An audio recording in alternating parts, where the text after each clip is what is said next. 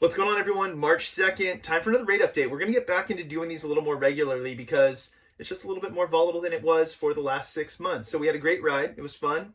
Didn't have to do these much because rates were just staying the same that whole time. Here's what I'll say before I get into it. If you're pre-approved, you're going to have to keep getting your pre-approval updated, especially if you're kind of trying to max out your price. You're maxed out on your debt to income ratio because if rates go up, you may bump over the max debt to income ratio. So especially a lot of these offers are having to be non-contingent, meaning you're basically putting your deposit up, saying I'm good to go no matter what.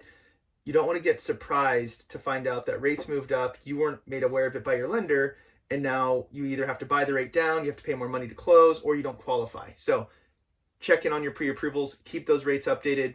Now let's jump in, I'll show you what's going on. I'm feeling kind of smart about this one. I'll show you why.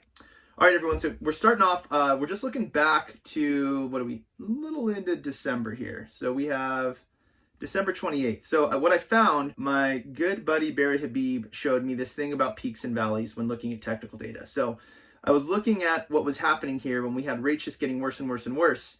And I was like, man, there's no rhyme or reason. Like, nobody could really figure out why it was happening. Yes, we have inflation coming due to a $1.9 trillion stimulus plan.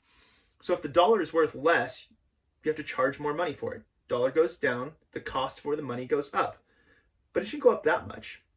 So we couldn't figure out why this was happening, or at least I couldn't. And so what I did is I went, okay, I'm gonna go with what Barry taught me here. So I showed you guys this in the last video too, but here's our last peak. And if I come through here, I was like, oh, this is really interesting. From that peak through this little slide we had, it's like it followed it perfectly. And I'd never noticed that before I started drawing these kind of diagonal lines, but I thought that was very interesting.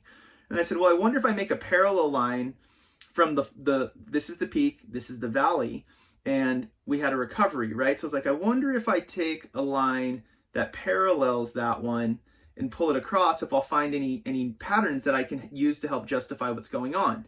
And I did this last Wednesday. So I think this is last Wednesday. Yes, this is last Wednesday. So I was following it and I went, okay, we touched this point here from this point. These two lines parallel each other. And then we were right around it here, but we ended above it. And then on Wednesday, we ended below this line. So that made me think, if we're below it, I bet rates are going to be worse tomorrow. And sure enough, they were. So Thursday opens horribly. We had a really bad day Thursday. And I looked at this and looked where we ended, and I saw this pattern here. I went, okay, history repeats itself. This looks very much like this. I'm hoping that tomorrow we get recovery, and we did. So look what happened. It touched this line again. So I drew this green line. We ended, it touched it, it bounced off of it, right? That was Friday.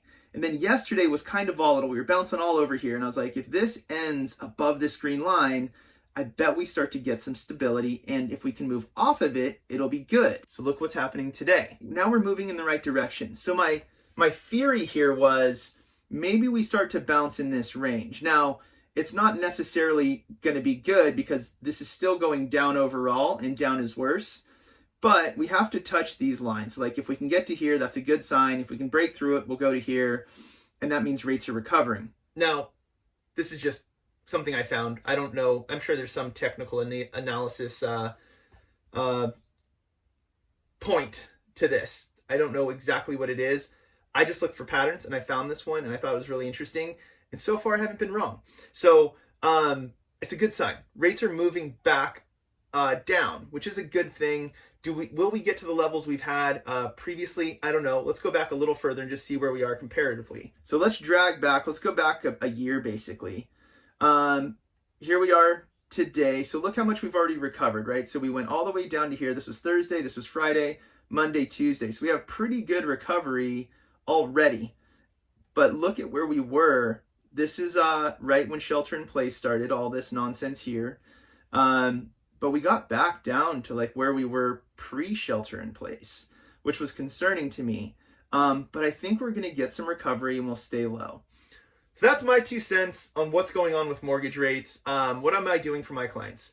I'm watching it very closely. There's something I can do where I can kind of play the market a little bit more than some banks can, because I figured out that I can lock the previous business day's interest rates between 5:10 and 5:30 a.m. So I get up at 4, get an idea of what's going on, see what the market's doing at 510. And if it looks like today's market will be worse than yesterday, I'm going to lock yesterday's pricing. Not everyone can do that, but that's something I figured out I can do. So that's what I'm doing, because I don't know. I think that we are trending for the better, but I could be completely wrong. So I want to make sure my clients are protected. So that's today's rate update. I'll keep you guys posted as things progress. Thank you so much. Talk to you soon. Cheers.